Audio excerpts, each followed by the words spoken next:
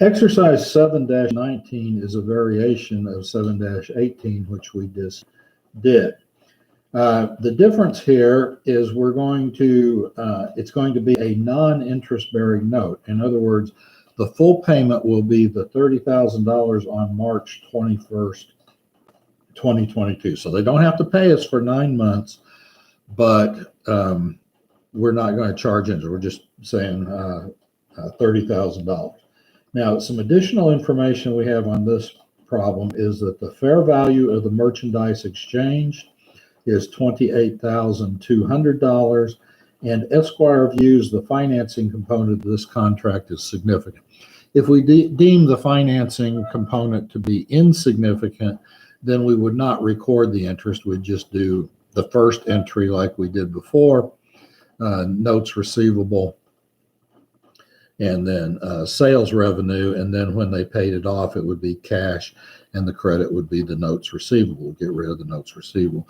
But since the financing component is considered significant, we have to account for that. So at the time of sale on this, we're going to receive. We're going to have sales revenue of $2,800. So the notes receivable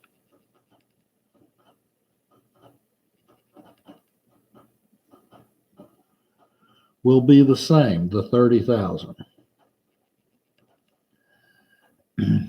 We're going to then have a discount on notes receivable.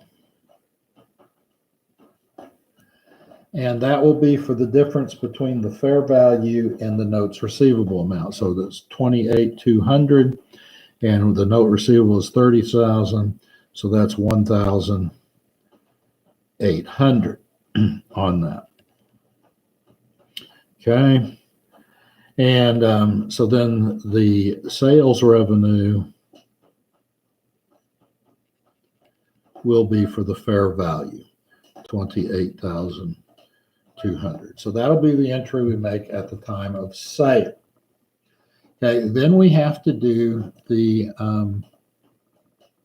journal entry to accrue the interest. So 1,800 represents 9 months.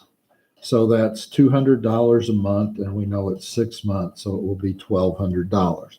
So on 12/31, we're going to have interest. I'm sorry, we're going to get rid of the discount on notes receivable, get rid of part of it. Discount on notes receivable, and that will be for $1,200. And then we're going to accrue the interest revenue for $1,200. Okay, then on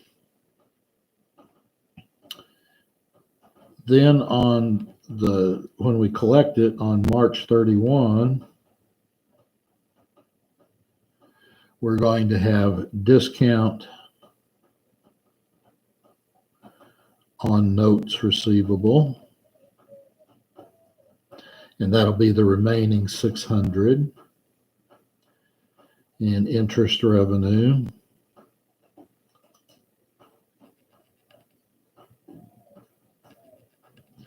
for $600. But then we also have to get rid of the note receivable. And so we're going to get cash of $30,000, and we're writing off the notes receivable. They're paying it off for $30,000. All right, so that is a non-interest bearing note. Now, the second part of this exercise, they ask us to say, what is the effective interest rate on this note? And so the way you do that is you take the total interest for the period, $1,800, and you divide that by the amount that's financed. That's not the 30,000, that's the 28,200, right? So when you do that,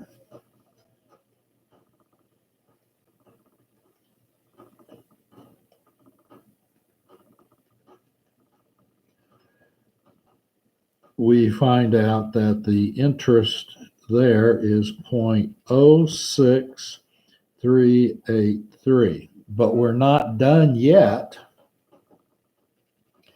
because that 1800 represents only 9 months, not 12 months. And interest is always stated on an annual basis, unless it's very clear, 1 month, 1% monthly interest, something like that.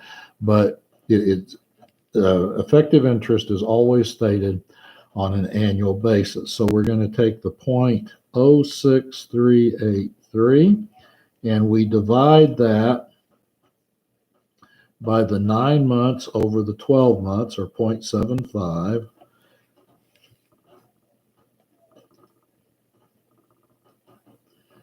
And that's going to equal 0.08511, which is 8.511%.